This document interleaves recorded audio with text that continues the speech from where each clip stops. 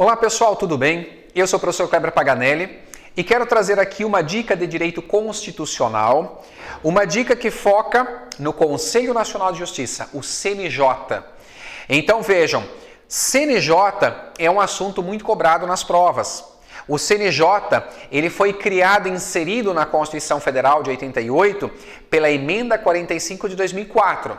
Então ele foi inserido no artigo 92, 1A da nossa Constituição. 1A, Conselho Nacional de Justiça, o CNJ, que é um órgão que integra o Poder Judiciário, só que não exerce a função típica do Judiciário, bastante cuidado.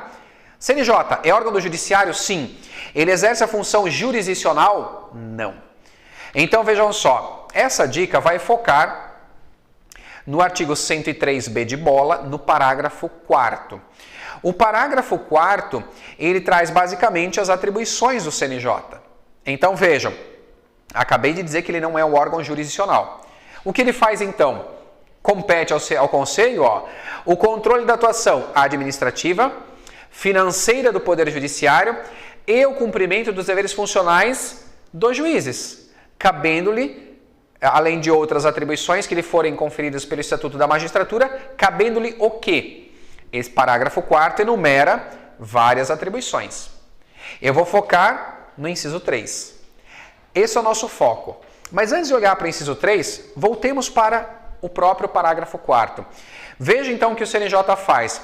Ele exerce um controle interno do Poder Judiciário, quanto à atuação administrativa, financeira dos órgãos do Poder Judiciário e quanto ao cumprimento dos deveres funcionais dos juízes.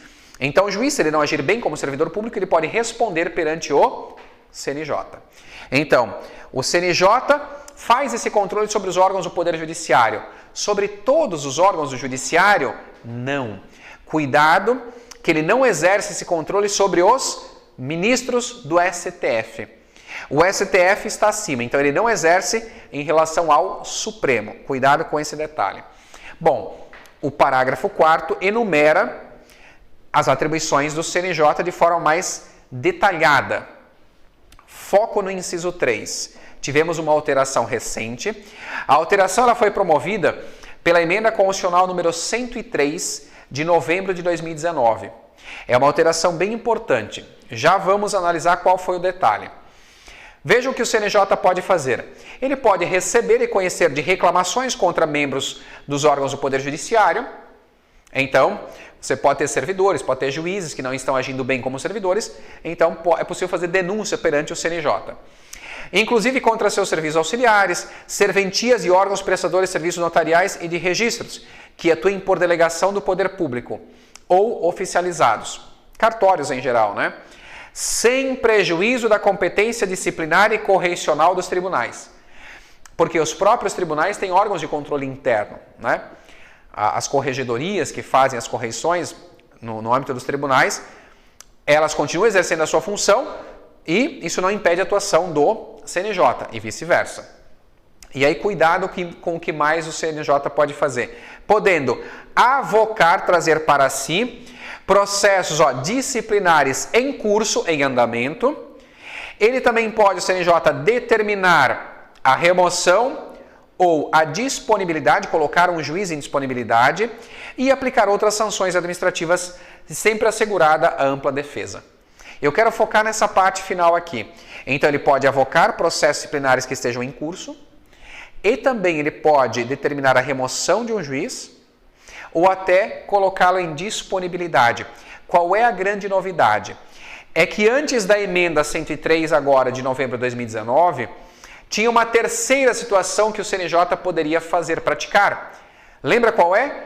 Determinar a aposentadoria do magistrado.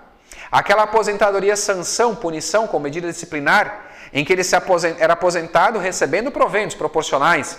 Então vejam, essa figura da aposentadoria ela desapareceu aqui da Constituição.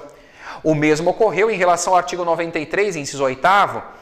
Lá no 93, inciso 8º da Constituição, diz que o juiz poderia ser removido, colocado em disponibilidade ou até a sua aposentadoria, desde que pelo quórum de 2/3 lá do tribunal, a que ele estivesse vinculado.